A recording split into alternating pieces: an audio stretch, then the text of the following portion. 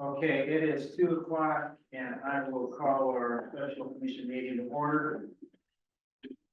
All commissioners are present. If we could, go around the room for introductions and then on Zoom, we'll start with you, Brandy. Brandy Warburton, Morrow. Go. Diane Kelsey, Morrow. Mark Patrick, Fort Morrow. Eileen Hendricks, Morrow. Roberts, area fire department. Most folks are here in price. Then we'll go to online. We'll start with John Doherty. John Doherty, City of Ventnor. Gary.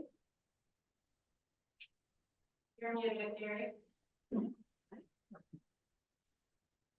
Excuse me, CFM Advocates, Gary Conkling. Lisa. Lisa Middlesdorf, Port of Morrow. Captain Gazette. Chris Sykes, Hefner Gazette. Hello. Yeah. Can you speak up a little bit?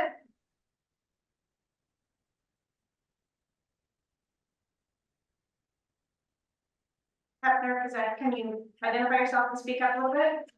Can you hear me at all? Barely. Chris Sykes, Hefner Gazette. I don't know what's wrong with my microphone. Okay, thank you. Jim Doherty.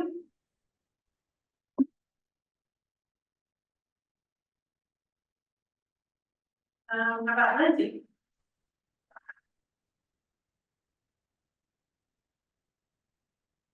Okay, how about, Jen is connecting the audio. How about Sam? Sam Tucker, Port of Morrow. I'm also Molly Tucker Hassenbank is on this call too. Perfect, thank you. Jen, can you identify yourself?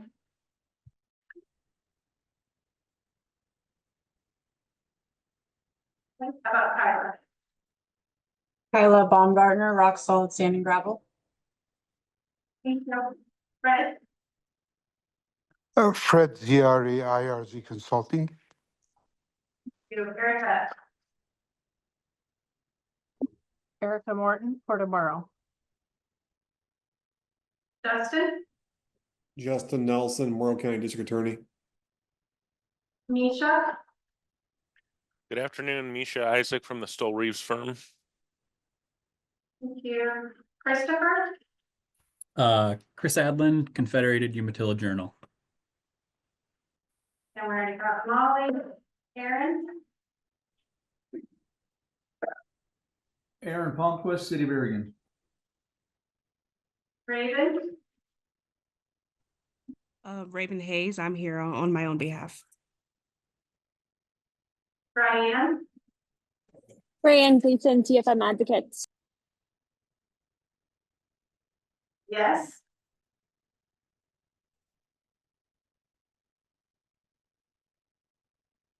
How about Morrow?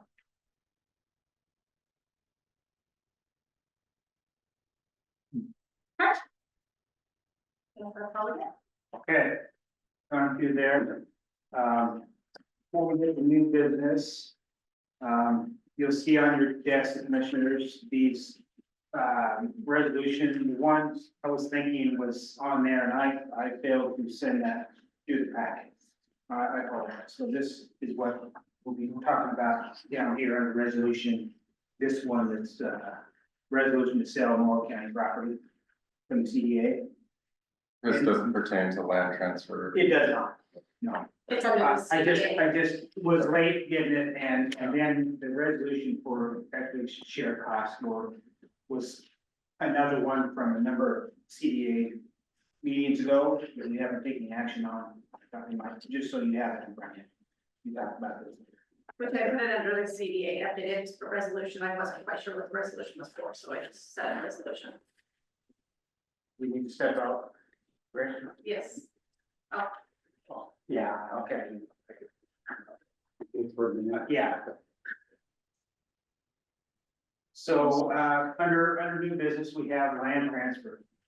And I think we wanted a executive session to discuss that real quick.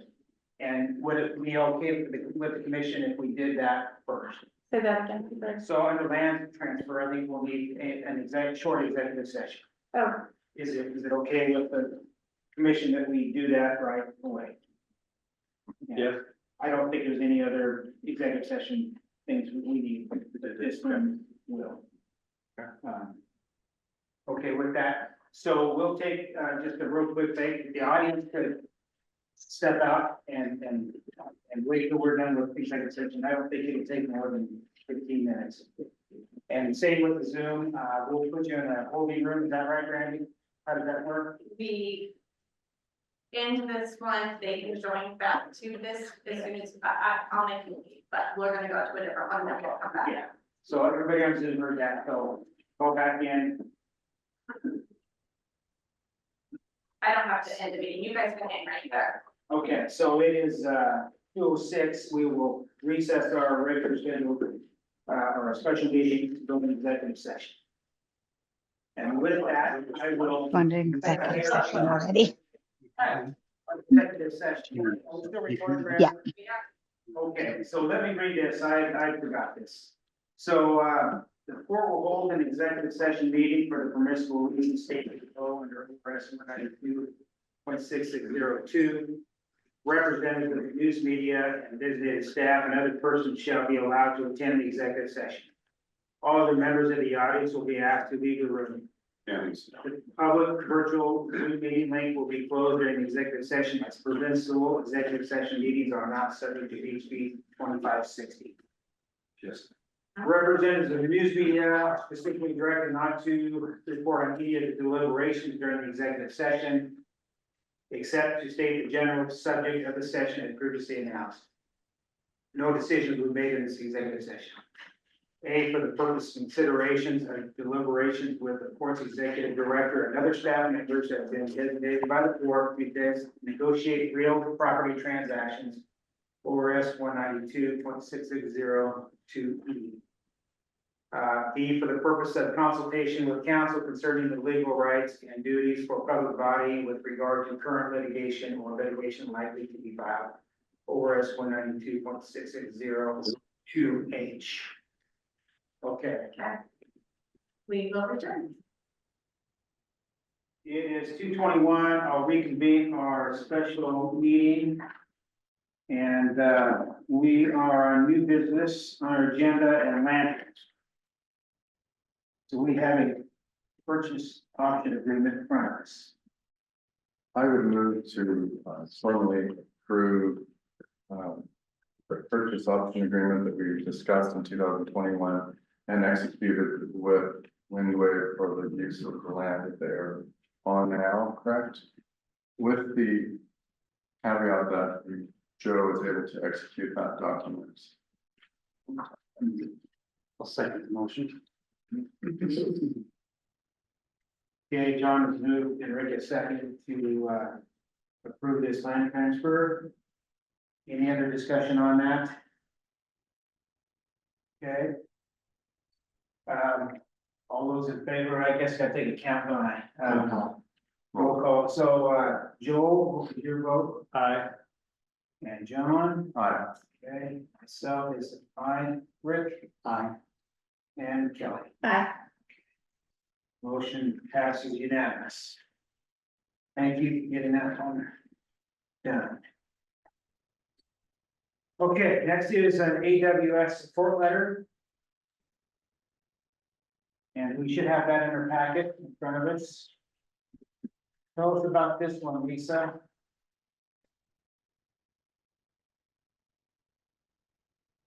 She went back. Yeah, she's there. She's up there. Well, I guess until she. Sorry, I was talking away and you weren't hearing me. AWS is asked, I'm looking in the packet. It's in the packet, Brandy. Yes. Okay. The first one right after the agenda. It says this is Morrow County Planning Commission. Got it. Okay. So they have a zoning rechange to do west of our airport property on property owned by 3 Mile Canyon Farms, and they have requested the Port of Morrow to submit a letter of support for that zoning change, and we have a letter drafted with a signature line for Joe Taylor, and Joe would like the Port of Morrow Commission's approval to send that letter. Yes, and I don't know much about this zoning change or anything like that, so. It's currently space age industrial and a little bit of EFU. And they're proposing to change it to general industrial. How much different is that than space age? It was different from the space age. Industrial. Well, data centers aren't an outright use. of Space age. Space age. Yeah, it's space age industrial is really not applicable to anything Okay. unless you were Boeing back in the. Yeah. So.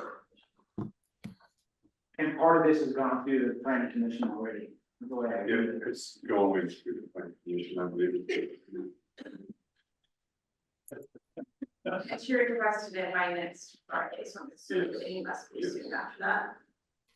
It's right next to the property just on the side of the railroad tracks, directly next to PDX 2. Go to. So they're asking for our support as so development of the property. Yeah, and I didn't want to sign it right away, I didn't know about it. So how many acres are you talking about? 1,200. And how many acres are you taking out? EFU? I'm not sure how much, but they're doing a swap on some other space age industrial, just like the Rowan project did. So they're gonna be swapping a bunch of space age industrial zone property, but again. A question, so does this create another short opportunity out there that they could put additional things on other than an Amazon data center? Yes. So they could have several data centers out there? Yes. Theoretically speaking. Why do you say Yeah, it's along with other industrial opportunities too. So it creates a second port, industrial economic area. Theoretically, we've had conversations with them, we plan to help support with roads. Just like we did at the airport project, they would continue on our road. Basically, that would be the access, that is the cleanest access. That's the property right next door. Yeah, directly west. Directly west between, basically, I think it follows kind of the end of 6 mile. I think your point, John, is that other industrial bits can go out. Right, yes, It's right. what's right there. It's owned by 3 Mile. It is owned by 3 Mile, 3 Miles is the one that's asking. That's right. Mr. Chair? Yes, sir. I would make a motion that we approve the letter of support for AWS and authorize the chair to sign. I'll second that. Greg has moved and Joel is seconded. Further discussion on that? Any other questions? I do, I'm pretty heavily involved in land use, and I really am opposed to taking EFU out of EFU and putting it into industrial. We are a resource-based county. I haven't seen any of the work done on this. We don't know what the land looks like. We don't know anything about it, and we're making, a rather, we got this today. We don't have a map. We don't have anything to tell us anything about the properties. I don't know, John, you said it would be a port, something to add to the port, but it's, once it's changed, we don't know what it is. Well, actually, my point is more to the idea that it's in competition with the port. It's going to have 1,200 acres out there, 1,300 acres that they could do the same things that we do here. I guess why do they need so many acres out of the EFU? I guess that's my question. If an Amazon data center fits on 100 acres, it's not just food gas. I just don't know that we should get involved in a land use decision, that we have a land use board, and if we wanted to do that, separately. I think that's a great idea, but for the Port of Morrow to, you know, somehow, and like John said, it may be in competition with us. Individually, I think it's a great idea to voice your opinion as in the planning department meeting, but as the Port Board, I'm with John that, you know, A, I don't like taking land out of EFU, and B, it may be competition for us. And it's not that I'm against, It's not currently EFU. They want to switch for space age industrial. space age industrial, but I believe it's a little bit possibly. It says it's EFU in a thing. Says farm. EFU. I didn't even know at the time it was 80, but there must be a little sliver of EFU in it. I mean, the biggest chunk. Without a map, like you say, we don't know what we're talking about. Yeah, but it's still hopefully gonna go to the planning commission for their. Yeah, They're the ones still. Clearly, Yeah. use of warrants. Yeah. the planning commission definitely make a decision. Yeah. Yeah, and I'm not against Amazon developing another data center. I am not. However, I would be happy to advocate for our property and having them on our, but where it's taking EFU out and it's not really, something that we need to weigh in on, I would just assume not. And so that's kind of my stance. I think if there's proper channels to do this, it would be, planning commission, county commission.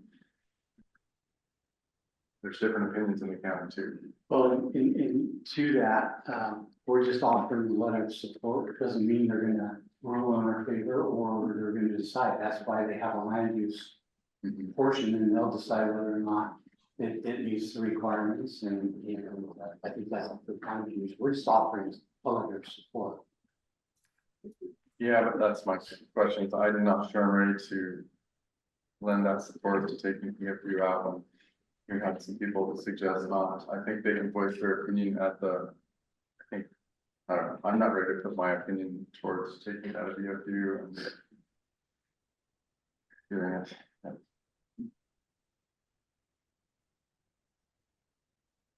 Okay, I do know the land out there, and the way they describe it is correct. It's like our airport property. It's not much for farming. You know, We can say farming, Joe, and we continue to have the same discussion in the planning department we're not talking about farming, we're talking about EFU. And currently there's a huge ranch out there running cattle on the operation. that's true, they are. And so to always say, we always go back to farming, and that's not what EFU is. So,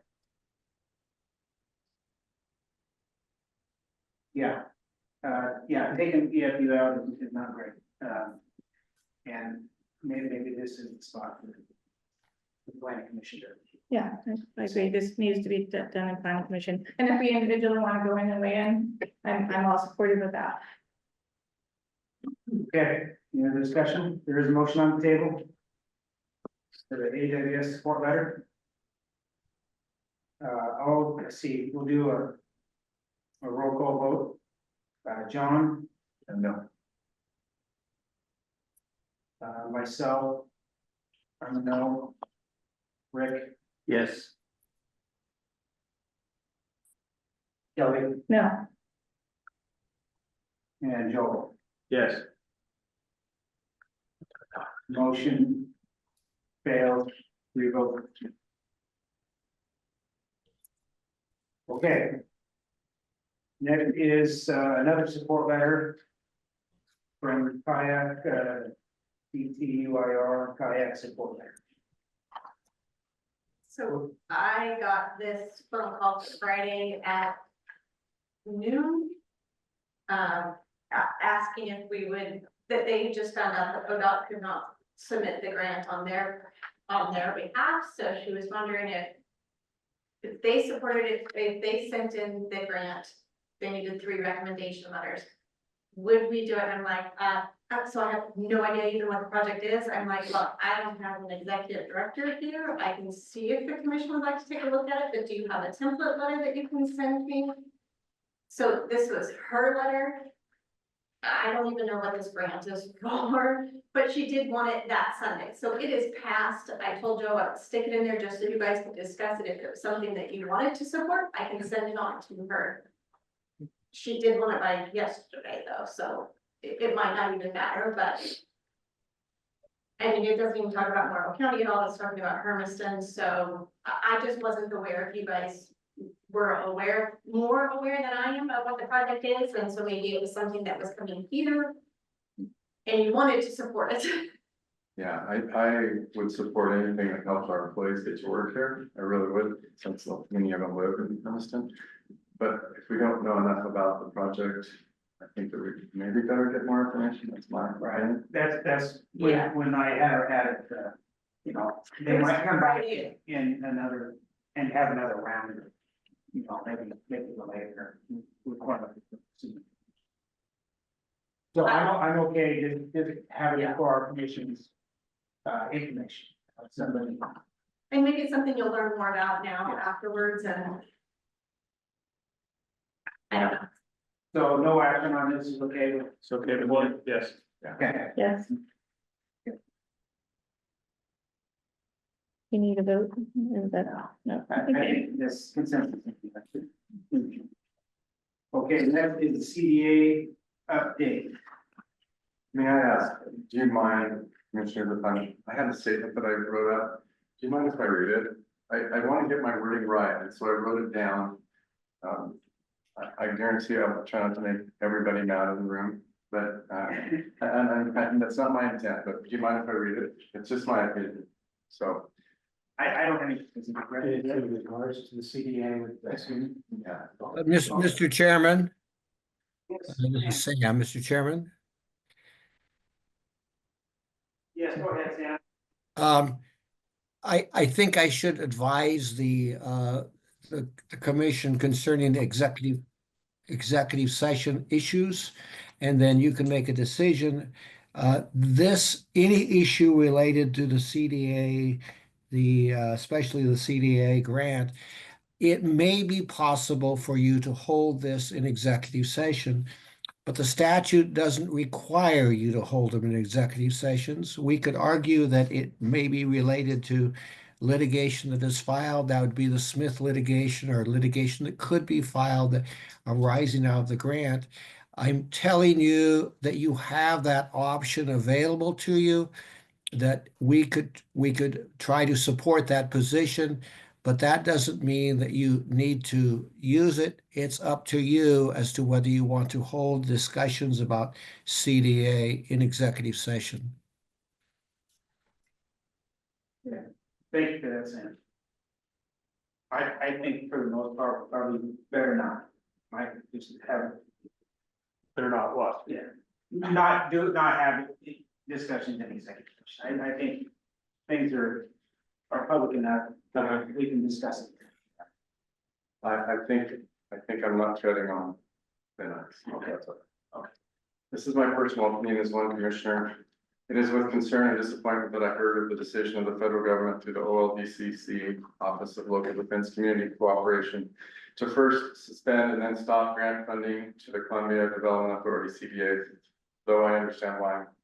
In my opinion, the court and myself owes an apology for allowing this to happen. An apology to the federal government, the citizens of Morrow County, and our partners in the CDA. And I would add an apology to an employee of the Port of Morrow for allowing an untenable situation to exist in the first place and to continue to this day. Until recently, I did not know of the 2015 letter from the port to OLDCC stating that the port, as fiscal agent for the CDA, was responsible for the executive director's time card oversight. I do not understand how leadership at the time, 2015, thought this was a good idea and continued to be a good idea once activity and time requirements of CDA staff increased significantly over the years. On the flip side of this, however, to be fair to the commission, we cannot fix what we don't know about. Situations like this one must be communicated to us with a request for assistance. The grant is vital to moving forward in the process of privatizing this federal property, so I understand the need and desire of these grant funds. But because the CDA board at that time thought the person holding the executive director position was the correct person for the job, the port should have reached out to OLDCC for an alternate payment mechanism for staff wages. Leaving staff hanging out to dry through commitments made by others is in no way something I as a Port Commissioner condone or will allow to happen in the future. I make the same apology to our fellow CDA board members that we have let you down on our oversight of the grant process by not addressing this issue. Again, in my opinion, the Port of Morrow is now in a position that it must end functioning as a fiscal agent for the CDA and relinquish the OLDCC grant for the selfish reason of maintaining our ability to qualify for future federal grants. Where does this leave our CDA partners, however, who counted on these funds to help complete the CDA property transfer? This is not how I want the Port of Morrow to conduct business or treat our constituents and partners in the future. The CDA property conversion to local control is a tremendous goal benefiting local governments and organizations and subsequently the people of our area. How does the CDA now complete this project? If the grant is relinquished by the Port of Morrow, does that mean that OLDCC funds are no longer available? Is it possible for one of the other CDA members to act as fiscal agent, apply for the grant and oversee the application? Do any of them want to? Or are we in a position where private investment can fund this transfer process? The CDA has significant monetary needs that even in the best of scenarios, aka lack of lawsuits among members and staff, that the OLDCC grant would not have been able to cover. Yes, we are blessed with a $7 million state grant to build roads, but even that project has a $12 million price tag. Other required projects are water, sewer, power, extended roadways, and required cultural or historical projects, to name a few. These would have had to be funded through our own efforts as well. I am suggesting that maybe it's time to look at the very real economic opportunities that this site offers for funding the continuation of the CDA development and completion. On another topic of concern to me, and I assume to the CDA organization and the public, that being the administration of the CDA. As I have said in recent Port Commission meetings, I want the CDA to be successful in its task, preferably without damaging relationships in our region, that we need to maintain and support each other as fellow East Oregonian governments. Heaven knows, we have enough serious issues to deal with to not add infighting among ourselves. Yes, it's true, the CDA has competing member interests and it's difficult to reconcile them sometimes. And yes, the majority does rule in an organization like the CDA. But I believe it's not only what we do to work toward a goal, but how we do there that's also important. I believe there's much room for improvement there. We have lawsuits against all of us, and I do not wish to exacerbate or increase them today by my words. But I have concerns that need, and as far as I'm concerned, will be addressed on some very important topics when the correct time comes. Employment issues is one that must be addressed, but in a fair and legal way. As mad and disappointed as I am that things have progressed in this way to this point, I won't participate in making them worse with my actions today. Do I have a plan for improving the situation? Yes, I do. It will be requested in the right way and at the correct time, which, to be frank, had better be soon. Respectfully submitted, Morrow. Thank you. So that really kind of hits both those topics, resolution and update, I think. The resolution is the next thing on the agenda.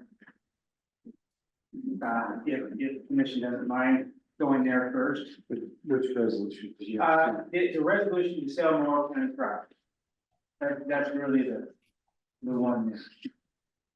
This is on the agenda for tomorrow's CDA meeting. Does it require action of this commission or? It does not. It does not. And that's my question to this board. How can we make this so that it does? You know, we have a purchase and sale agreement with the CDA. And to me, that's really, I guess, 9/10 of a purchase. You know, I don't feel that the CDA can change what we've already agreed to. With this, I think that's allowing them to change something without our permission. So, correct me if I'm going on board there, but. I think you're a little on board. I believe there's a stay on all the property at the CDA by the Umatilla County. That oversees our purchase and sales agreement. And I don't know that this is even something that it could even go through. Well, it may not, is it not even needed if we don't technically own the land right now? Yeah, see, there's these little things that come in what order. Yeah. I was Say the thinking, question, Joe, might be Yes. whether we would support it yes. more than give permission. Uh-huh. That's. That's not what this is. This is a resolution to sell Morrow County property. So it might be, Yeah. but I don't think we can because we don't own the kid.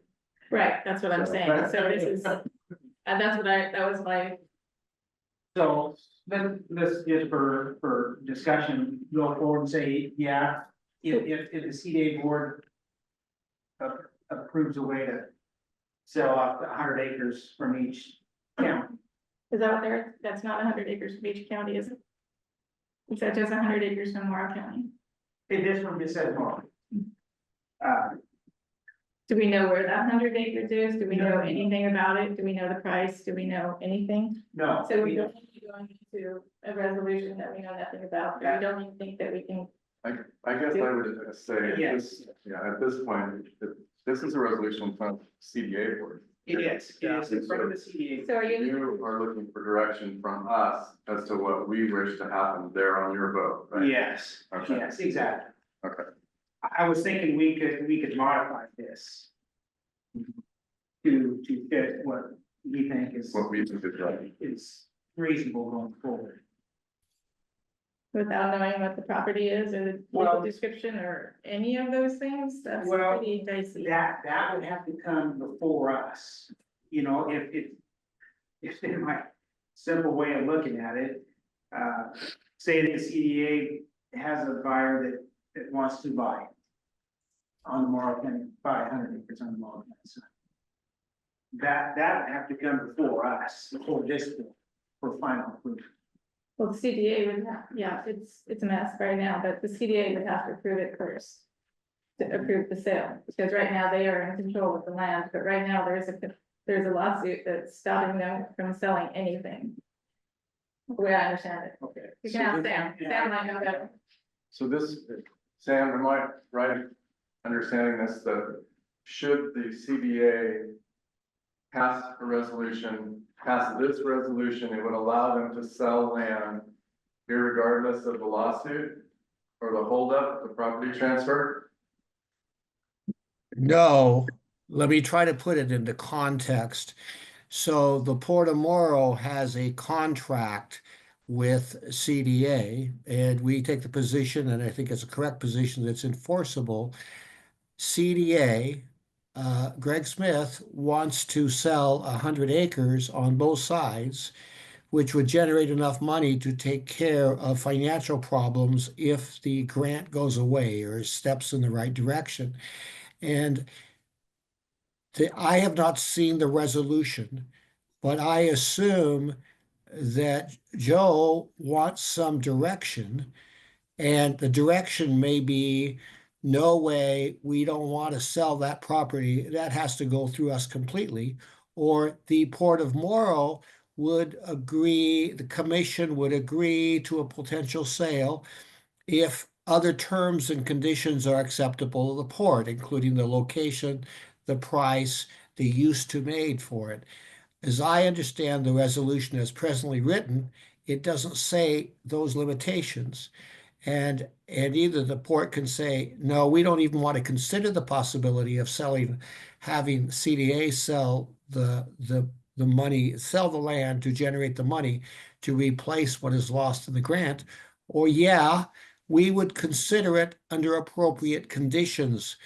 And the resolution that Joe has to vote on tomorrow as written would probably just say CDA can do it. And that's a problem probably, because the port wouldn't approve it. But if you are inclined to at least allow the possibility of the port agreeing, and it would have to agree, to the 100 acres, then that could be done, and that could probably be done outside with the consent of the court if all the parties agree that this is to move forward. There's a sale agreement that exists now that's enforceable, and there is a court proceeding that stops that sale, and yet the CDA could probably proceed if all the parties to agree to such a sale. That's a long version, but that's how I see it. Misha? Yeah, thanks, Sam. So this is Misha Isaac from the Stoll Reeves firm. I represent the Port of Morrow in the ongoing CDA litigation. So that this is the Umatilla County versus Columbia Development Authority case where the Port of Morrow is named as a defendant. I just want to clarify my understanding. There is no legal stay in effect in that case. Umatilla County has sought a preliminary injunction. We've not had that motion for preliminary injunction has not been fully briefed. There's been no hearing on the motion for preliminary injunction yet.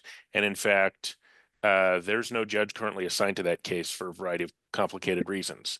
And so it is true that I think the CDA and all of the CDA members are sort of just taking a wait and see approach and have been since that case was filed. And so nobody is doing anything. That is what I would describe as sort of a self-imposed stay, right? There is no legal stay in place that I am aware of in the CDA case to prevent the sale of property. So, Misha, it's Lisa. I have a question. So if we approved sale of a piece of property right now, CDA would have the authority. We would have to remove that from our purchase and sale agreement. And CDA would have the authority to sell it. Yeah, so I'm not sure I fully understand your question about the purchase and sale agreement, and I'm concerned. Our property transfer agreement has the entire parcel in Morrow County. And if we were to give up 100 acres of that and allow the CDA to sell it right now, there's nothing in the lawsuit that would prevent that. Correct. Now I want to be clear. I'm not if Umatilla County or one of the other CDA members wanted to rush into court and try to prevent a sale of property, we would litigate that question and a judge would decide it. So all I'm advising the commission right now is that, as best I understand, there is no court order in place in the CDA litigation that prevents the CDA from engaging in real estate transactions. If I could add something to that, that is correct. As a practical matter, it may be difficult to find a buyer who would be willing to spend a few $1 million on a piece of property when it's subject to this litigation. That is, as a practical matter, that might diminish the ability to sell it. This whole concept would only happen if CDA and all 5 members agreed. And if they agreed, then the sales documents that we have could be amended or modified to allow that 100 acres to be sold outside of it. Lots of legal documents involved. The concept is, Port, under any circumstances would you consider allowing CDA to sell 100 acres? And if the answer is absolutely not, we'll never do it, then Joe needs to know that. If it's something that we would consider, if we have some control over it, what's going to be placed there, where the property is located, those kind of things, then that is something that Joe could say that the Port Commission may be interested in doing this under appropriate terms and conditions. Sam, can I ask you a question? You said 5 members, but that only takes 3. Am I correct? You said Good 5 point. members. I think a settlement like this may require all 5. Because of the litigation that's hanging over the head of this thing. I just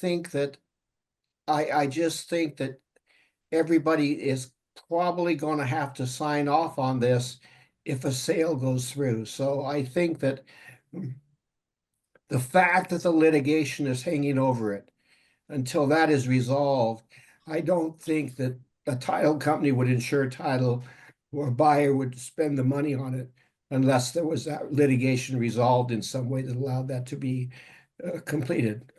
Misha? Yeah, so I take Sam to be making what I would describe as a practical point instead of a legal point. That's So, right. so Sam and I are agreeing entirely right now.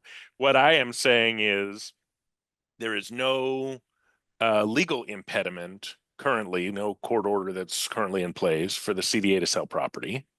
And Commissioner Doherty, you are right that, you know, it only takes a majority of CDA board members as a legal matter to vote something out. Sam is making a more practical point, which is to say, who's going to buy this piece of property if it's you know, and what title company is going to agree to insure the transaction if it is the subject of litigation. And so to avoid those practical impediments to a sale,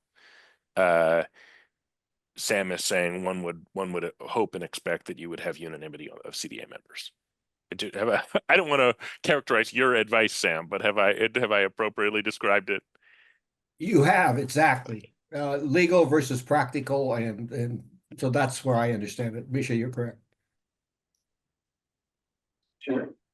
Yes, you know, as I read this, resolution, I don't know that I could support it as it's currently written. I believe we're gonna have some hard discussion, and I think at some point, we're gonna have to figure out how to pay for all the stuff that's going on. So do I think we're gonna end up having to sell property? I do.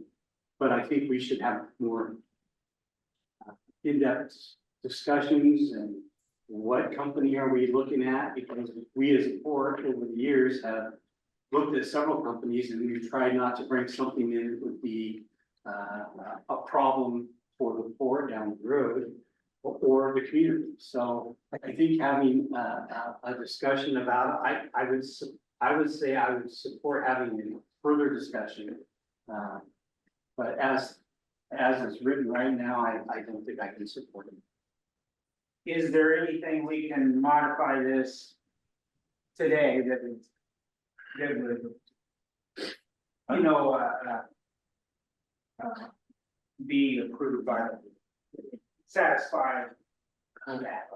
In my opinion, I concur with Rick that I can't back this idea. This is certainly not as stated, but even, you know, we have a meeting in 2 weeks, honestly, and I'm curious to hear how the CDA board meeting goes tomorrow. We do have time. We do not have a lot of time because I'm not sure when funding is going to run out, which I'm thinking might be a topic for discussion today with the OLDCC. I guess it's a suggestion that we withdraw from the grant. And we probably better give some direction to our staff as to what, as I stated in my comments earlier, how can we endanger future grant applications if in fact that is the case. So anyway, I want more time to think about this. It's not that I'm against selling land at the CDA property to fund the activities. As I said again earlier, I think it's necessary, and not at this juncture when we don't have more details. I think I concur with that. Okay.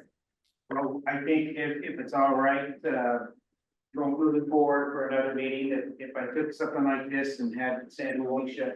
Yeah, what are you gonna, Work it into something that's acceptable to all of us, that in case we do need to. what do you want to bring to the CDA board to say, what would we need to, okay, it? More information, more specific information, or?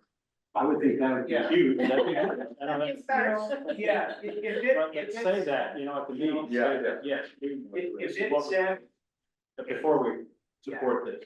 Yeah, if it said, you know, 100 acres at the southwest corner, you know, township range this, it's gonna be sold for this amount of money. to whom? And to whom, and then that Yeah, that process comes back to us for final. Well, I might recommend that we also revert to our staff who negotiate these on a regular basis.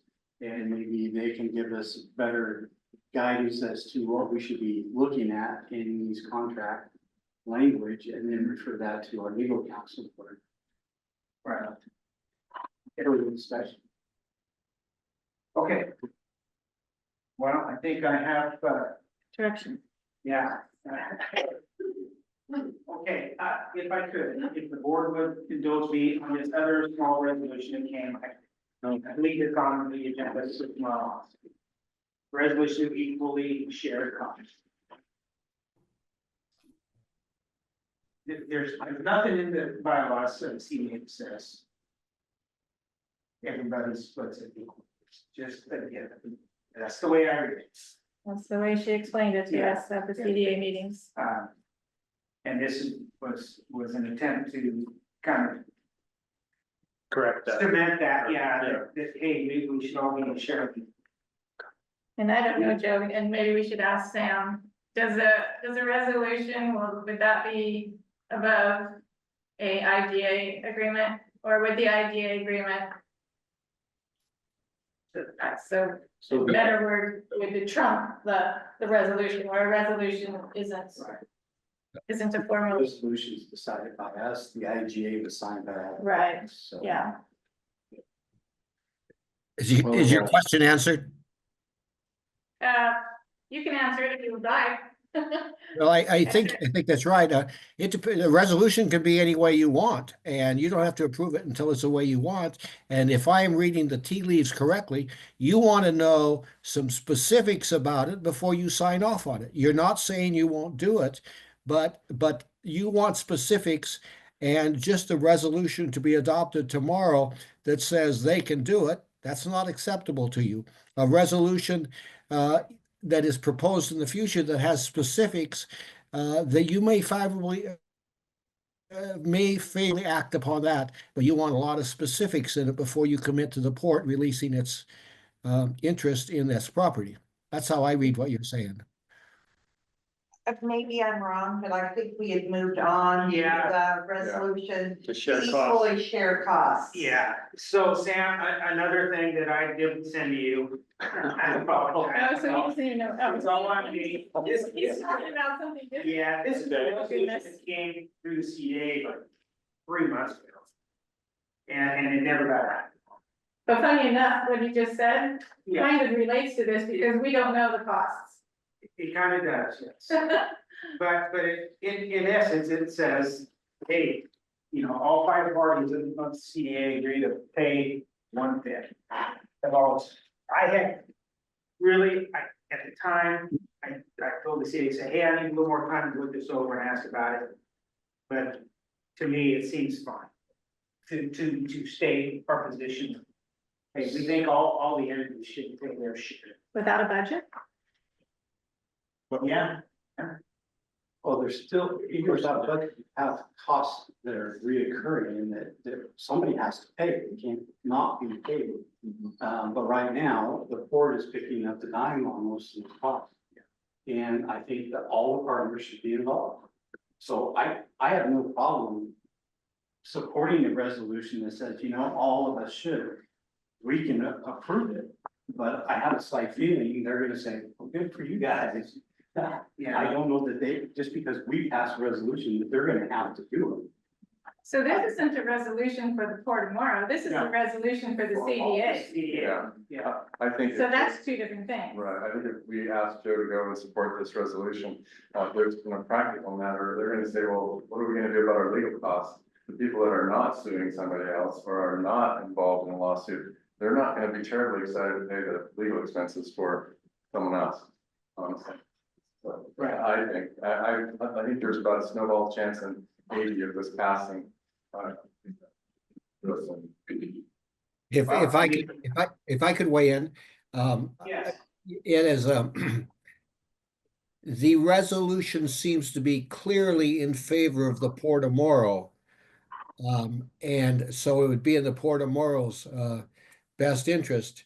Does anybody want to wager with me about whether it'll pass or not? I'll take that bet. Yeah. So explain to me, Sam, why you think it's in the best interest of the port? I mean, can't we just at some point say, we are no longer paying those? Sure. Yeah. Maybe I spoke, maybe as a lawyer, I shouldn't have. I'm weighing in on the commission decision, so I withdraw those comments. But yeah, absolutely, we can quit paying them if you make that decision. It's gonna cause a little bit of a wreck, but that's okay. The port, you can tell the port to no longer pay CDA's bills. And that'll bring the issue to the head, its issue to a head. Question is whether that's the best way to bring the issue to a head.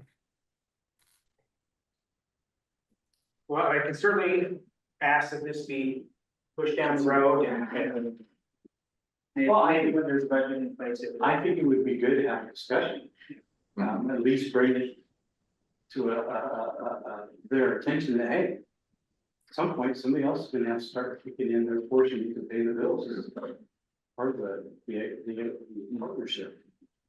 The port shouldn't be the one having to pay all the costs. It just doesn't make sense. Yeah, do we need to, you know, should we think of something today? Maybe we put a stop to it until the CDA figures out what they're gonna do as a board. I mean, we should not be paying their bills.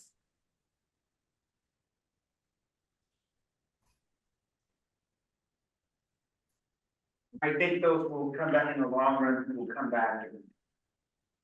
We're paying $40,000. Eileen said last meeting, we're paying $40,000 for a lawsuit that we're not even involved in. No, we said that there's an invoice for 40,000 and I didn't split it, and I apologize, Yeah, but okay. that's 40,000. Now, the amounts we paid for 50% of the litigation is 60-some thousand. It's what we paid for 50% of those numbers. And Port of Umatilla has paid the other half of those. So I think if we tell them we no longer pay them, we forced a decision at the CDA. Of what. I mean, I just have a real heartburn of us continue to pay these costs. And maybe the IGA needs to be written at the CDA. Maybe that's something you should bring up, Joe. Maybe that would be something appropriate to think about. But as it's written, it's unenforceable, and I don't even know that a resolution would enforce that. IGA, I think the IGA would trump over a resolution, even by the CDA. Yeah, I think you're right. I mean, to my way of thinking, there's costs that should be borne by the CDA members and there's costs that should not be. Legal expenses for one party suing another should not be paid by the CDA board, in my opinion. However, we have members that in protest have not contributed to the regular upkeep of the CDA, and that's where I have a problem and would like to see things changed. The court cannot keep funding that, even though we're the fiscal agent, it doesn't mean that we supply all the money to keep the CDA running. It's not responsible, in my opinion. And so I think something does need to happen along these lines, resolution or IGA change, however that works. Whether we're going to get that anytime soon, I'm not, I have concerns about that, which I don't want to leave the seat. There's a couple of other items, just sorry to mention on the CDA update that I want to bring up. One is that I mentioned I want to know what our action is on the OLDCC letter. We have 10 days. I think we're gonna get to that further in. Yeah, after this resolution. Okay, all right, thank you. And I'll have one after that. Mr. Chairman, if I could speak and Lisa will correct me if I'm wrong. I think the whole purpose of the team's approach here was to get that out so that the CDA 5 members know that this is not that there is going to be an end to this and it better be resolved. I think we were a little bit concerned about just immediately doing that, but I think that the whole purpose was this has gone on too long, and Joe's message to them is the Port Commission are not going to continue to do this, and we better find a resolution of it because we're not going to continue to fund it. And hopefully that will put pressure on the CDA and the other members to do what they are legally obligated to do or obligated to do under the IGA. I think that was our purpose. Correct. This is Umatilla County versus the CDA, and the CDA is 5 members, and that bill should be split 5 ways. And right now it's being split 2 ways.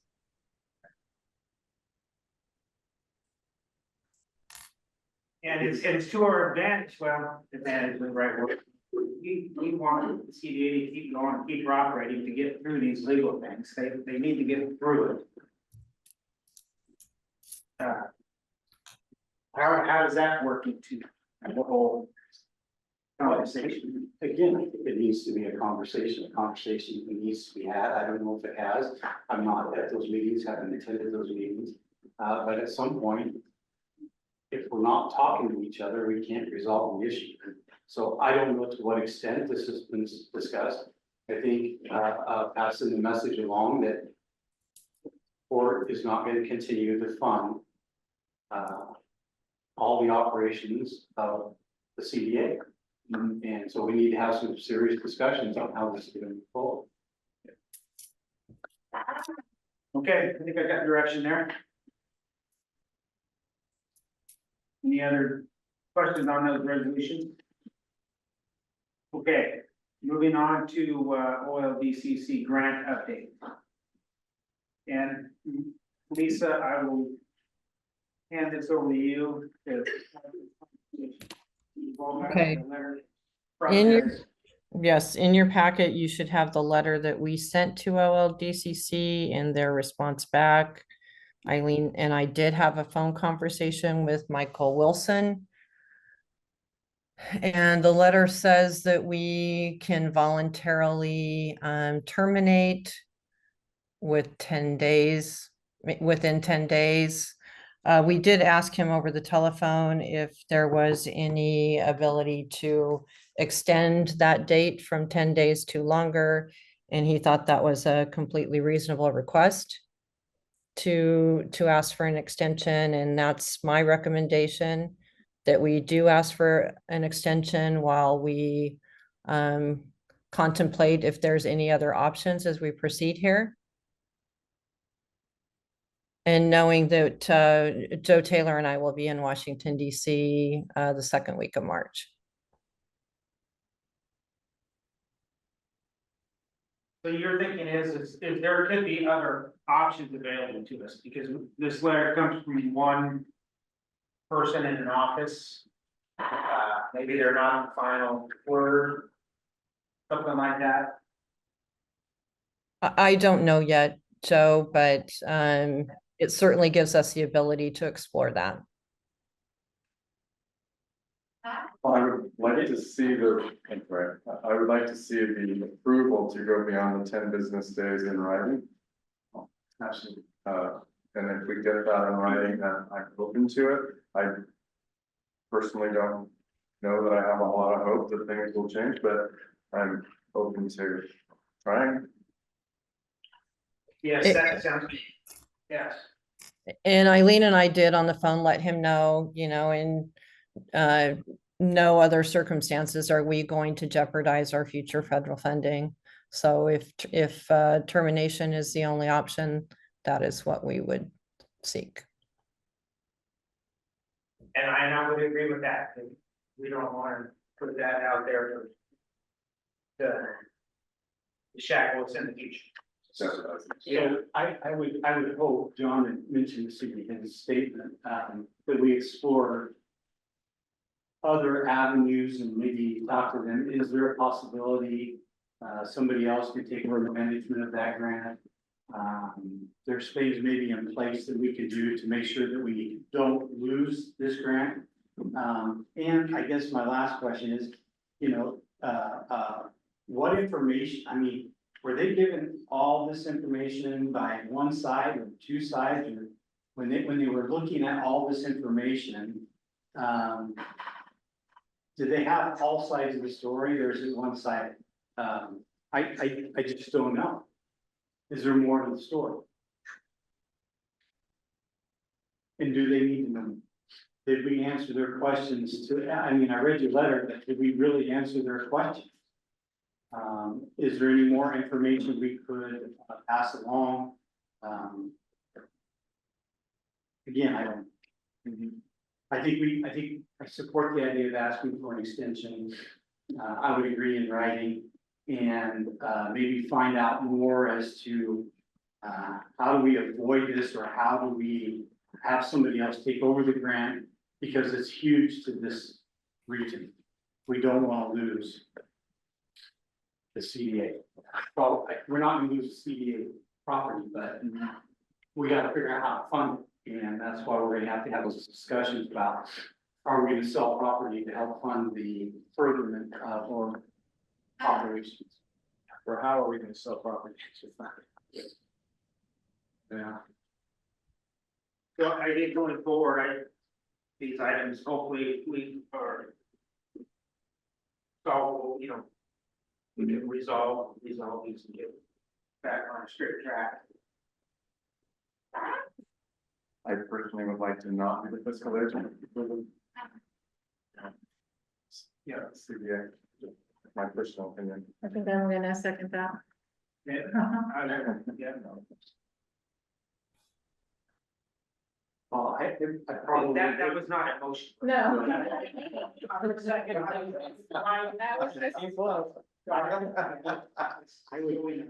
would probably say if there's a chance that we could keep it and not lose it if we continue to do the fiscal agent, that we explore those and have those conversations at that time. But I agree, if we don't have to, you know, let somebody else. No good deed goes unpunished. So I think the CDA is going to be looking for something tomorrow.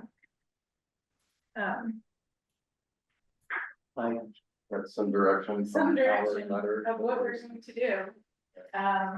Whether the funding is there or isn't there, they need our, you know, they need to know. Well, they need to participate. They need to have a discussion and make a decision. I've only been to a couple meetings, and it's been very frustrating. And kind of just, there's no discussion headed towards a solution. And that's what needs to happen. Yeah.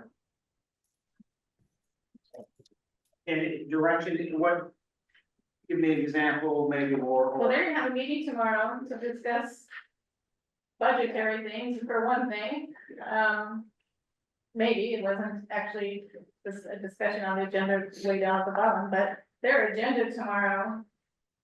They're trying to put a budget together and what they're gonna do, and now they're asking us, what are we going to do with the $800,000? I mean, who's continuing to spend that money? Are we? Because they're not. And that's the questions that they're gonna ask of us tomorrow, ask of you. And we need to give them answers. well, I think our response is in no way, shape or form is the Port of Morrow willing to jeopardize any further federal funding. Period. And so they need to take that into consideration. And I think as far as furthering who's gonna pay for what, again, it's a partnership. All 5 entities are gonna have to figure out how they're gonna move forward and what that looks like. And does that mean land sales and does that mean one of them take on the grant and manage it? And I think that's a decision. Yeah, I guess my guidance would be that if we don't get an extension in writing, we're no longer the fiscal agent. Right. And that's coming up later. That will be coming up on the way. Yeah, Yeah, when is our next meeting? it's not 10 days. 10 days, yeah. When is the deadline Yeah, it's for this? 20th, yeah, but I mean, that's after the. Okay, it's 10 business days, so it will be a week from Friday. Is our Deadline. deadline unless they grant an extension. And that's before our.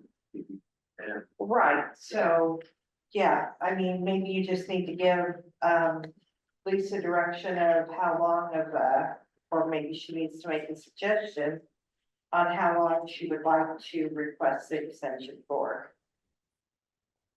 Did you hear that, Lisa? I did, and I would say 30 days. So we're going to continue to pay the CDA bills for 30 days? Okay, so as part of that letter and part of our discussions, we can now submit the 2 quarters. Actually, 2.5 quarters up until the date of the letter for those expenses that we have not yet submitted. And so we will be taking care of that, I would assume, in the next week, unless somebody else wants to jump in and do that, which would be fine. But,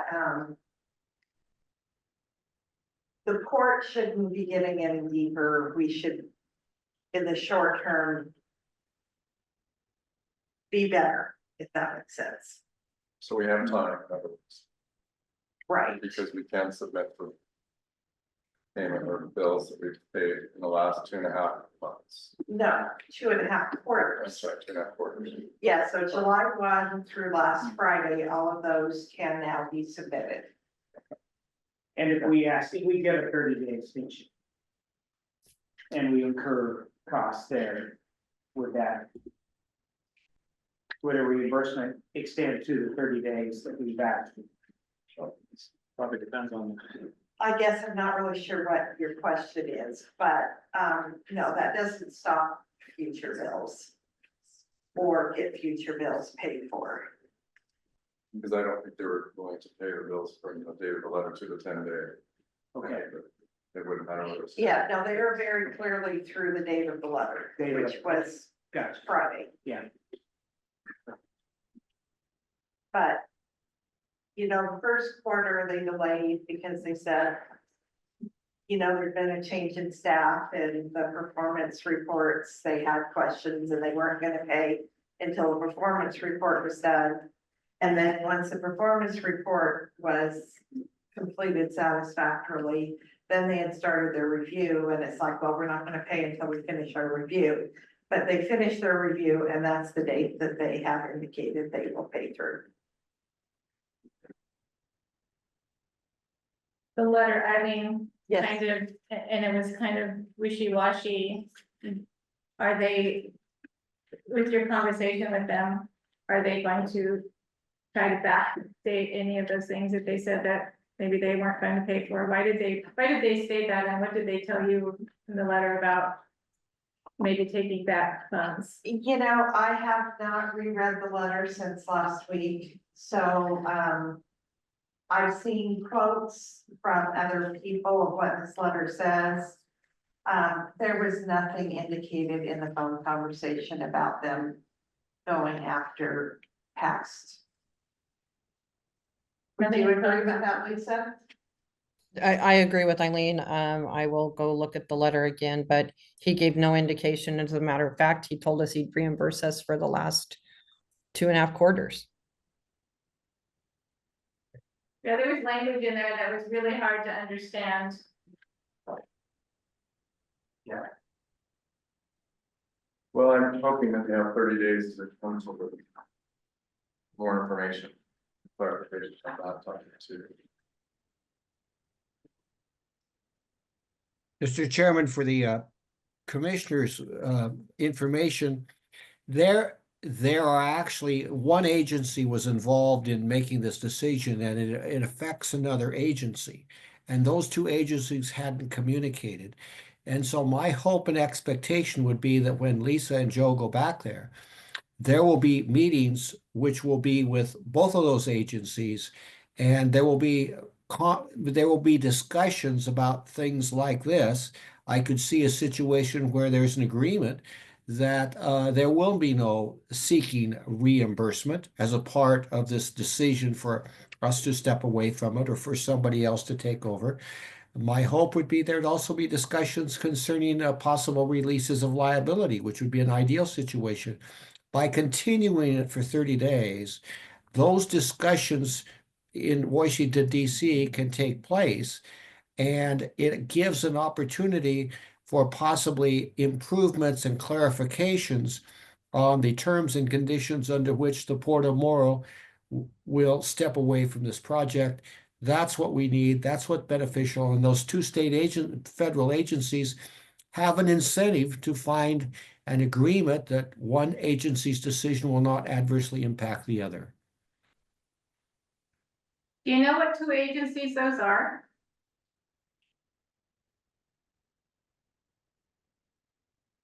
You muted, Sam. Sam, we can't hear you. Lisa. OLDCC and the And other. Brad, and Brad. Brad at OLDCC, and that's the two that Brad didn't know what OLDCC was doing, and it could have some impact on Brad, and that's why, you know, there might be some negotiations between them as to how they want to handle it. So are we willing to pay those bills for the next 30 days? What if something big comes in, Eileen? I mean, have we paid for the master planning? Have we? I'm not aware of any invoices other than, okay.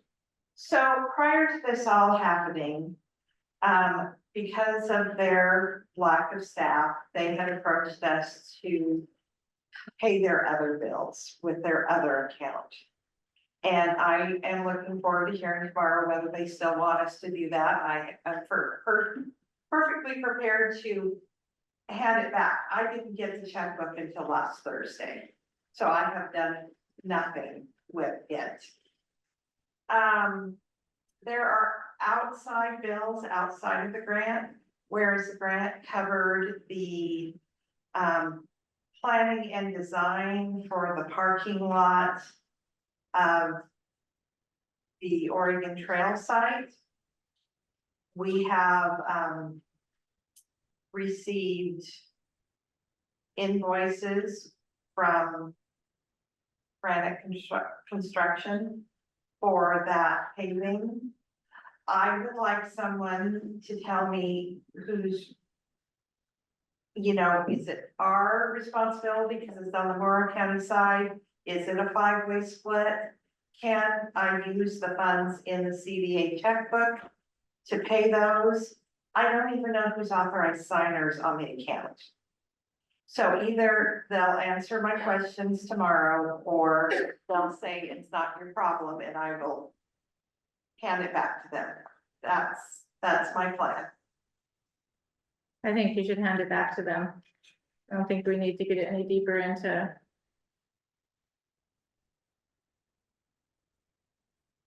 So what other things might have to? Well, the road. In the next 30 days. Yeah.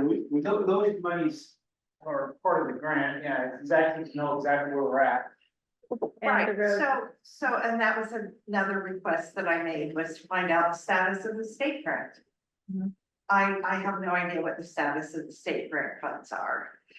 But, and I think as Port of Morrow, we should know what the status of those are. But as far as what other. Anderson Carey, that's the state grant you're talking about, paying Anderson Carey for the road. Well, ultimately, we're hoping to pay someone other than the engineer.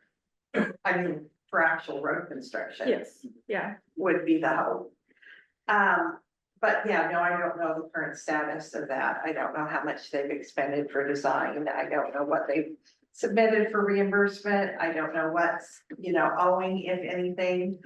I would say the shortest term question is the parking lot at the Oregon Trail site. And the bomb one. Pardon? And the bomb site too. Have they been invoiced for that?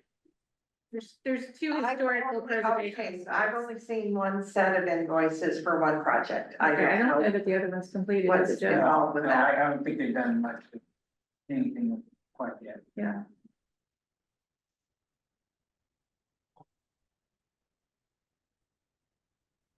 Okay. And those were 400 and some, no, they reduced it down from 400 and some down to 300 and some for it. That's around about 100. Okay, 240,000 is the contract with Granite. Wherever that is and what that paid, I can't tell you.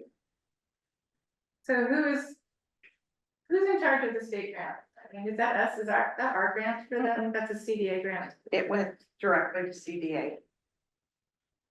And is someone taking care of that grant? That was my question. I don't have a copy of the grant document.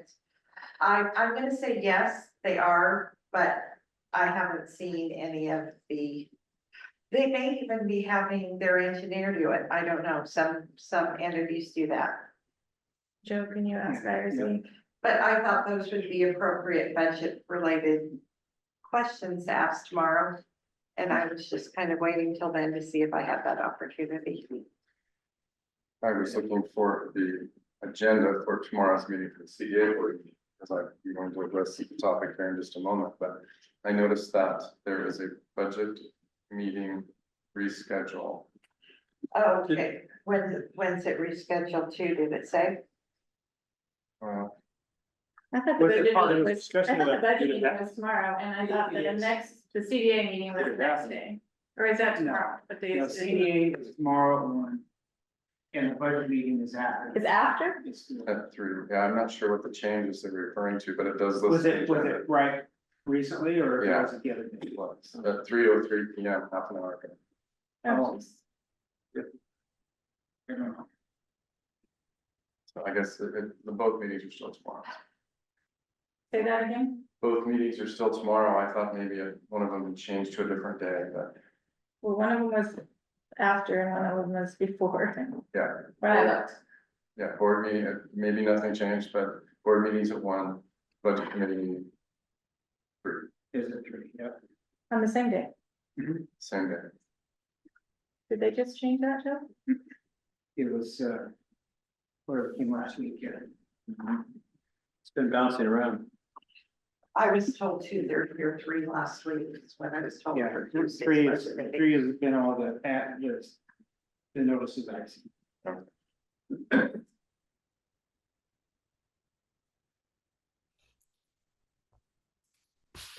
Just to be clear, as far as budget goes, Eileen and I have talked about that. The federal grant is in the Port of Morrow's budget, not in the CDA's budget. The budget that they have to approve for local budget law in the state of Oregon would be for the other account. The other account, they technically don't even have to budget for the state grant because state grant or grant funds are specific use. So there really isn't any say about what we decide to spend those on when you spend them for the designated purpose or you don't spend them at all. That's good to know. Yeah. And the only other comment right now is I've been looking at this letter on my phone and I can't see anything about going back 3 years and taking money back. As a matter of fact, like I said before, the comment was that they would go back and pay for the last 2.5 quarters that they hadn't reimbursed yet. It was at the end. Okay, so I guess for clearing things up, Kelly's question. Or we're gonna pay any bills going forward then that come to us. Thanks. My opinion is currently we would be required to pay any payroll related expenses or costs. Because it comes from the grant or? Because as are taking over their fiscal responsibility and their. Okay, my example is we have short-term and long-term disability. And if you make a claim on that, you get a W-2 from the insurance company. And that doesn't make the insurance company your employer.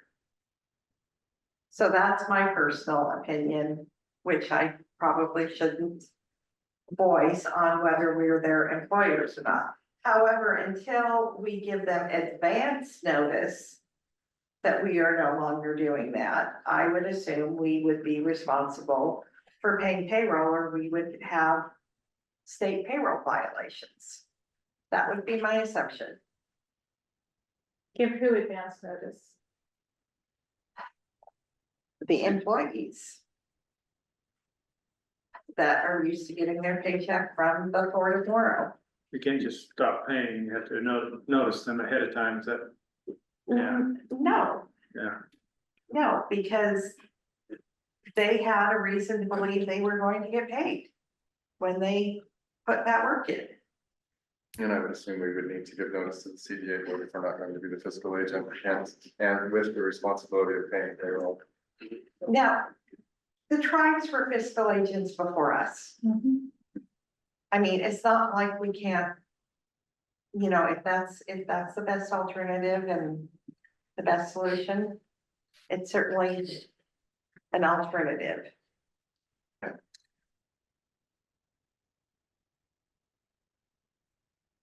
I'm trying to think of what might else come in other than payroll. Lawyer bills. Lawyer bills. I think if there is Attorney bills. Okay, well, currently, well, depends on, well, okay. So, public records requests are covered specifically under the grant document. Other types of attorney bills, you just have to read the grant document. Now, are they still coming in? I'd say.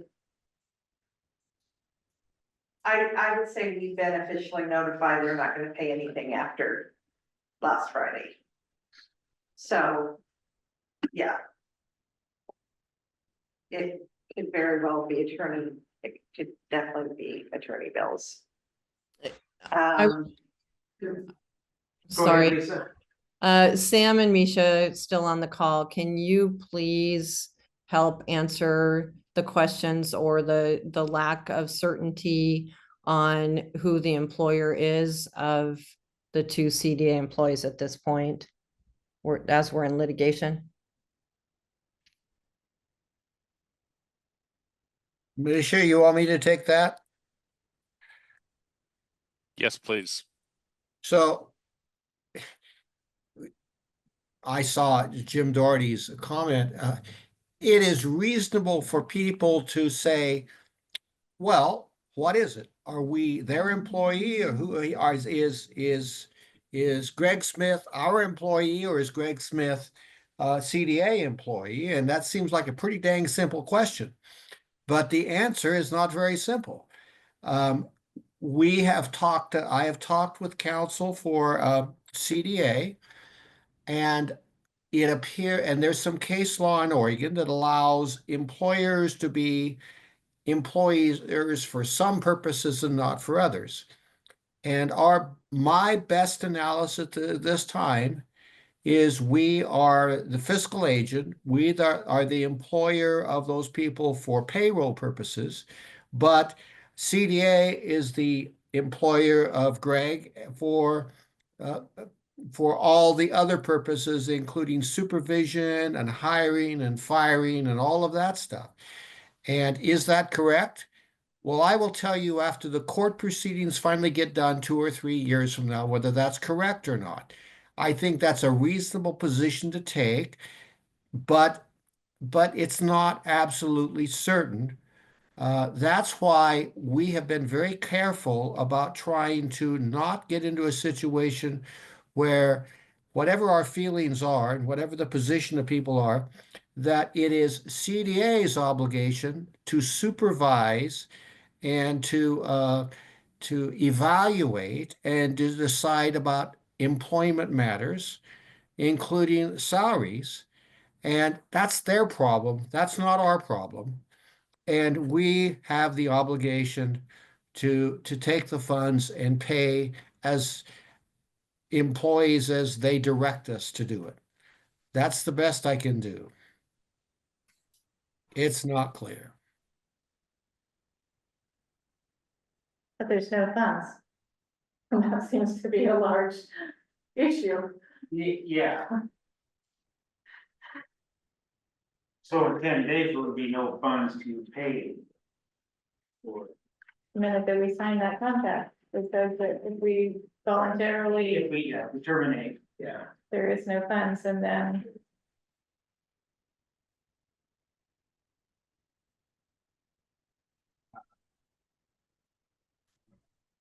Guess I'm looking for guidance from the CDA board. What's their preference? I would agree with that.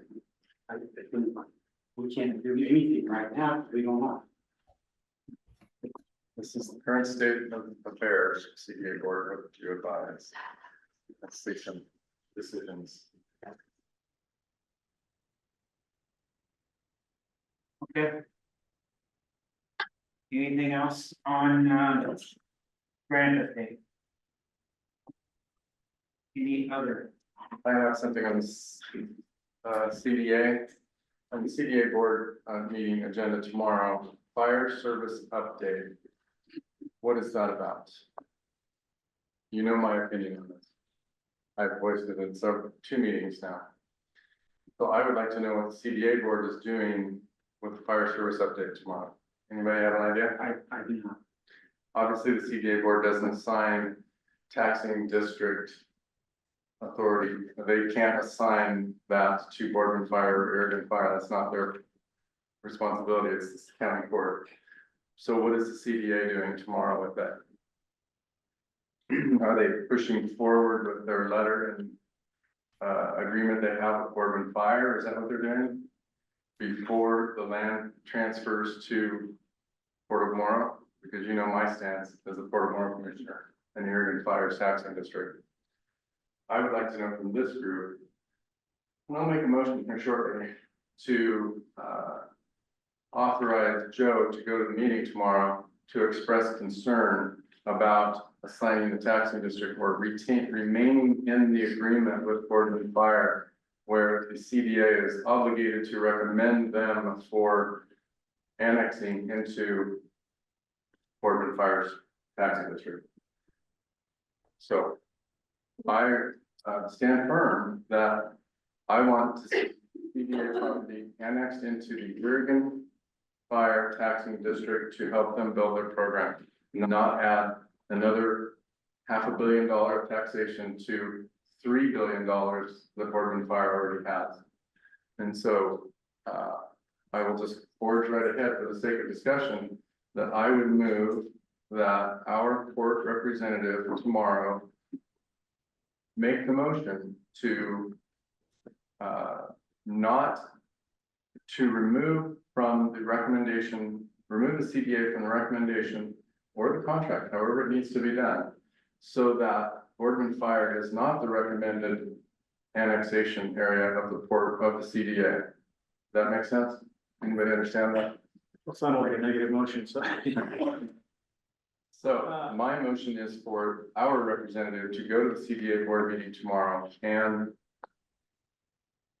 advocate that they be put, that Oregon Fire Taxation District be assigned to both properties of the CDA, not just the one that might be the 640 acres, but the one that's actually going to be developed. So that's my motion. I'll second that. Okay, John moved and Kelly seconded. I guess what is the letter that I shared with you, I don't know how binding that is. What requirements are in there that.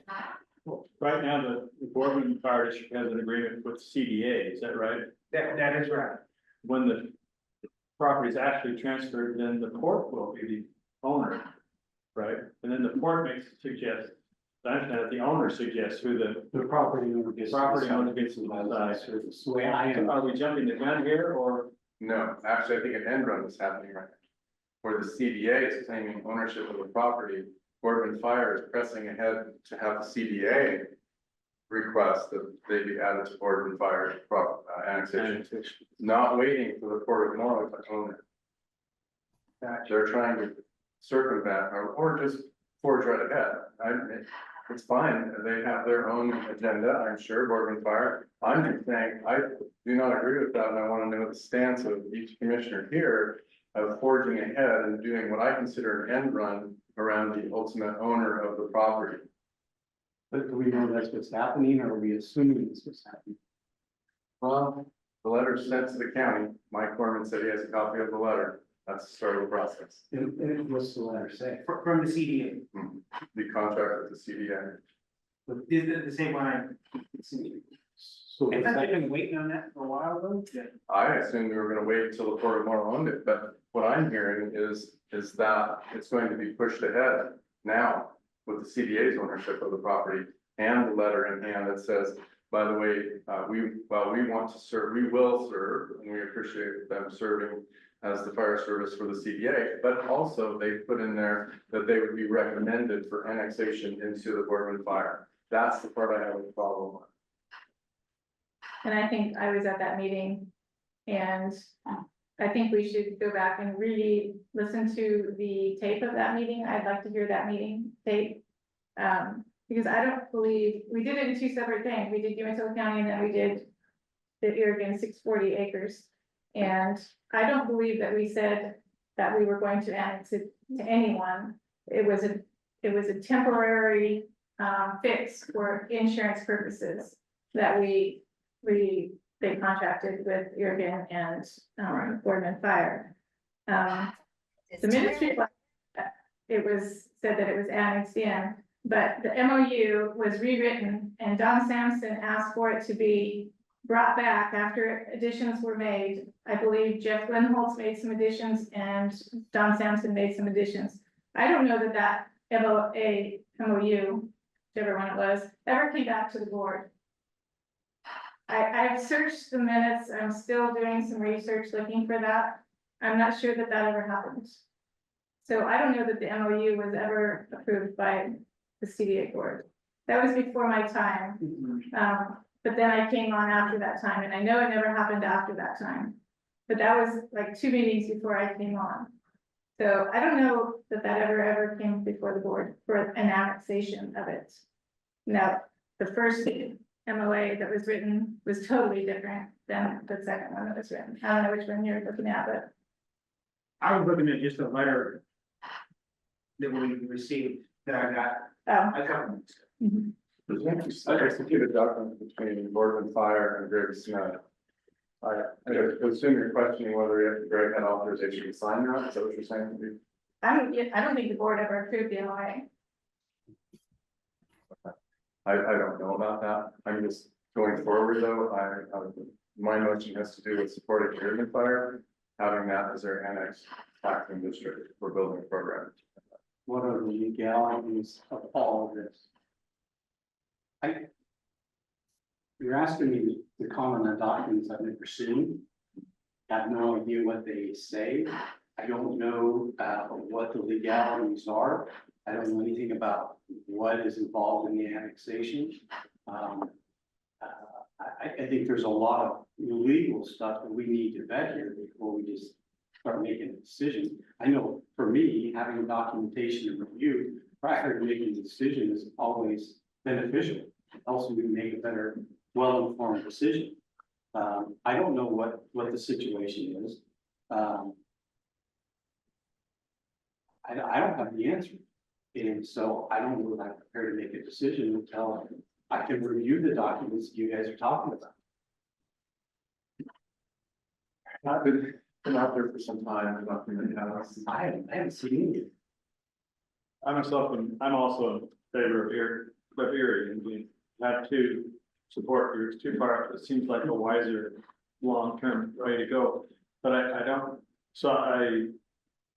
my feeling is you don't to go to the CDA meetings and say that, no, we don't want the CDA to decide the future of Morrow County's property. We would like to do it ourselves. So doesn't that make sense? That might be a better motion, I suppose, that need to amend my motion to say that we would prefer the CDA not to move forward with annexation. But reserve judgment until the Port of Morrow owns the ground. So again, help me understand, what's annexation have to do with it? So don't they have a legal contract? They do with the CDA. Yeah, they have a service agreement. But I think once. So They're gonna recommend. How does annexation come into this question? Does the contract say that they can annex it? They would advocate for it. Yeah, they would recommend annexation. But that's coming from Boardman Fire. They're saying, hey, we're gonna provide you service right now in the short term, which they have to do. And when it comes time for annexation, we recommend that you annex us into that. And that's a signed document by the CDA? No. Yeah. Well, yes, Yeah, it's right there, just sign, yep.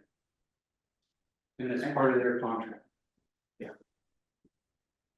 The contract is temporary. Yeah, it's a temporary type. Agreed. So the contract. Between expires- Board and Fire and the CDA was a temporary contract so that we could get insurance services. Yeah, well, And it said at a future time when the annexation would occur. And so there was an MOU with that. The MOU was not acceptable to anyone in the room. Jeff Van Holtz took it home and made comments on it. Don Sampson took it and was making comments on it. I don't know that that was ever brought back forward to the board. Yeah, I don't recall that ever coming back. so when is the contract for those services expire? When is it done? It didn't say. I don't think there was- It said when the county was, when it was annexed in. Yeah, they would provide services until it was annexed into the county. And I believe there's two ways to do that. Couple different ORSs and, then a recommendation. But really, your motion, John, is to give me guidance To slow that process slow down. it Basically, it is to not have the CDA make a recommendation to the county court to annex that land in the Board of Fire Service area. I want that left to, my intent of my motion is to. The owners of the property. Yeah. So they're the owners of the property. The Port of Morrow is owner of the property, not the CDA is owner. No. So my understanding is as soon as we take ownership, we decide who's going to provide. those Yes, services. right. But I don't know how that needs to be voiced because currently that's moving forward and I think it's being expedited moving forward because of my comments in previous meetings. So that's where I would like the Port of Morrow representative to express, should it be the consensus of the board here, the commission, that we ask that CDA not make that recommendation and wait for the Port of Morrow as hopeful future owner of the property to make the recommendation. So are you I'm amending my motion to say that. Okay, And Kelly, accept it. you accept that? Yes, yes, revision? I'm in favor. Okay. Okay, so there's a motion on there and just, when you asked about it, I was wondering how that goes. So I wouldn't drove the route, and they're almost exactly the same. Harrigan's a mile closer, but a minute back longer. Something like that. It's. Thank you. So can I answer the chief the question? Yes, I would say. Yeah, some good. So today, if you were to receive the contract, are you able to provide the services that are going to be needed for the customers in the port of on the port-owned property at the port? Yes, absolutely. In fact, because of, back and forth, I wish Chief Hughes was here, because I think it would be beneficial for everybody to hear both sides of everything. His request, if I understand what I'm hearing from Commissioner Murphy, would be to annex in under ORS 198. If I'm calling it right, which is kind of a traditional method for annexing properties into a taxation district. There is a new ORS and Harrigan a while back, after waiting a substantial period of time and nothing happened from CDA or from Boardman. It was our understanding that Boardman was going to follow through. We were going to follow through and all this other stuff. When that didn't happen, we looked at this new ORS and started that process, and have actually completed that. That's under chapter 478, I believe this, job 220. And essentially what that does is that establishes the area as a the response area. It's not annexed officially, it's a coverage area. Until such time as transfer of property or development occurs, at which time then annexation would be automatic. It's, as we understand it, as the attorneys have explained it to us, is that then becomes the most advantageous avenue to kind of erase some of the red tape that occurs in traditional sense of annexation. So, from that being said, when the board here, receives the deed to the property, that should, become, automatic annexation at that point in time in the area of the fire district. Assuming that, our interpretation of this new statutes is correct. And as with anything, as a property owner, you have the choice also of saying, no, you don't want that service. And that's through one, any de-annexation or de-annexation. It's long. There are other avenues as well, but, I just want to be clear, we're trying to be as transparent as possible through all of this process. Our take on it is, as Commissioner Murray indicated, is that, we have a need to grow because of its growth. Okay, our community is growing exponentially, and our fire district is stalled in its tax base and cannot meet that growth. And in order for us to be decent, good providers to our community, we have to be provided with the same opportunities Morton's has experienced over the past few years, to grow from a volunteer service to possibly a paid combined service as well. That's not beneficial just to area, but that's beneficial to everyone, because we are Morton Fire Department's closest allies. Okay, if they get a large fire, Lamb Weston or apartment building or anything, we're the first ones that are going to literally be there. Okay, volunteer or not. But if I don't have funding to be able to provide a higher level of training, or have paid staff, or to upgrade my 1970 fire truck to something newer, what kind of impact might that have? And so that's where, my history is in emergency services, as an emergency management professional, looking at things from a higher viewpoint comes into play here. So I'm trying to look at it from a more global picture.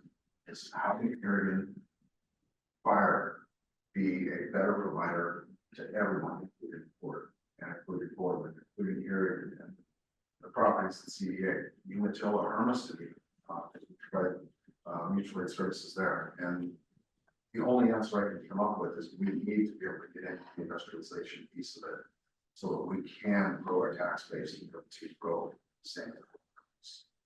And in a nutshell, I hope that answered your question. Well, sort of. So I guess my question goes back to the annexation. I think there's other ways to address that. I think we've always talked about circles of influence when it comes to enterprise zone, and to me, I think that's going to be a faster route to generate that revenue. Sure, and that we had a conversation, I think, with the city as well. Than the annexation part. But I guess my question, and we've had these discussions for years now as a port. The further the businesses get away from the fire department, it affects their ISO ratings, which is a huge cost to our customers. And when our customers are trying to develop, they take those costs of operations into, and so that's why I was asking if you're gonna be able to provide those services to keep the ISO ratings down, so those companies continue to relocate here. Yes, we have a unique advantage in that, and within ISO, you can actually claim some of the resources of your neighboring districts. If you're within 5 miles of a district boundary, the fire station. Interestingly enough, Boardman Fire can claim my resources, my staffing, and all that other stuff within their ISO, because my station falls within 5 miles. I cannot, because their station does not fall within 5 miles of the district boundary. And so I don't get advantage of that from an ISO perspective, but I do get the advantage of the Umatilla Fire Department, which is really close. So really, it's kind of one of these things that we've got, and if I'm going honest. And short answer is yes. I have the properly trained staff, the equipment, and everything. And to be honest with you, outside of let's take the Shears plant fire in Hermiston as an example. If there is an industrial complex that's got a major fire going on, they're not going to care who the service provider is. They're just going to want fire trucks. And in Shears, I think there was fire agencies from Grand, you know, Arlington, I mean, all over the place coming into that fire. It wasn't just one agency. So we're really ultimately talking about the bottom line dollars. How we can grow ourselves to be the best suited department for that location condition. And are you, so right now, Boardman Fire provides the service out there, fire service. And you don't plan on providing the service on the big portion, you know, other than 640, until annexation. Our, under chapter 478, or 478, it was for everything on the Morrow County side, including the 640. Which ironically, there's no access to on the 640, as of yet. So, we really are talking about the industrialized portion of the access occurs. And as soon as they could, complete the, construction phases to include the roads and stuff, that distance significantly decreases actually. Because I can be right up to the northwest corner. I think I'm just a shade over a mile from my station, and it's just another half roughly to the northwest corner of the industrialization portion of the city property. And I don't, off the top of my head, I can't recall how that map plays out with that exact distances, but it would be a substantially shorter distance. So, yeah.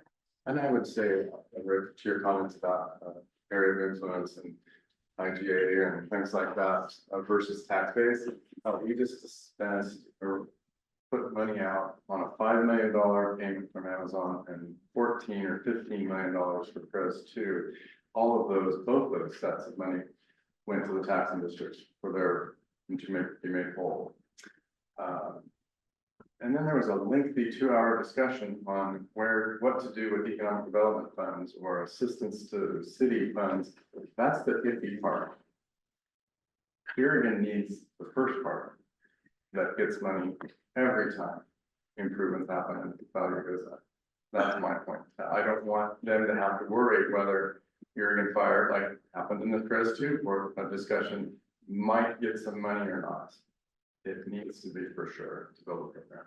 Well, having worked in public government for 35 years, if you're relying on your tax base for your services, you're never going to be able to provide those services. There's no way tax base is going to cover.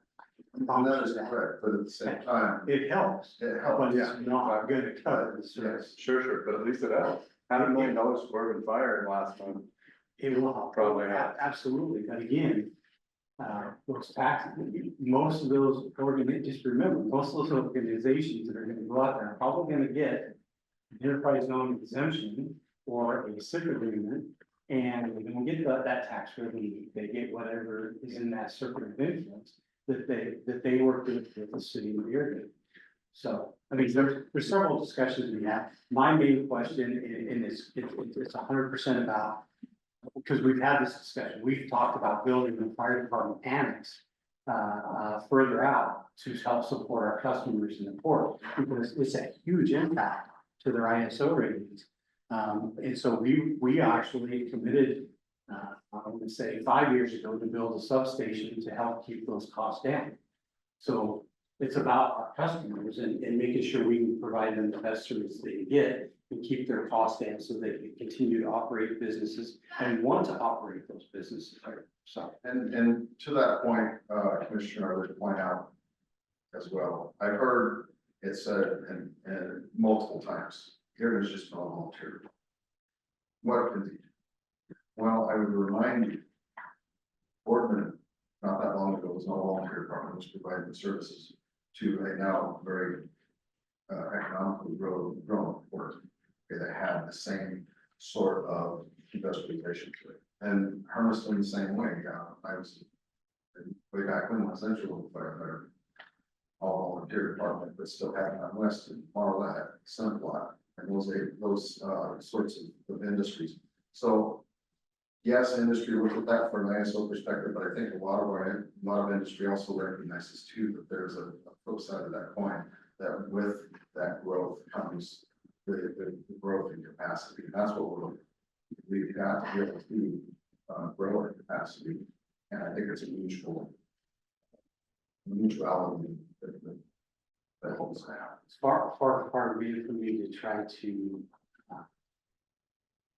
speak for Boardman Fire, but I've been here for 15 years and they didn't start with the paid department.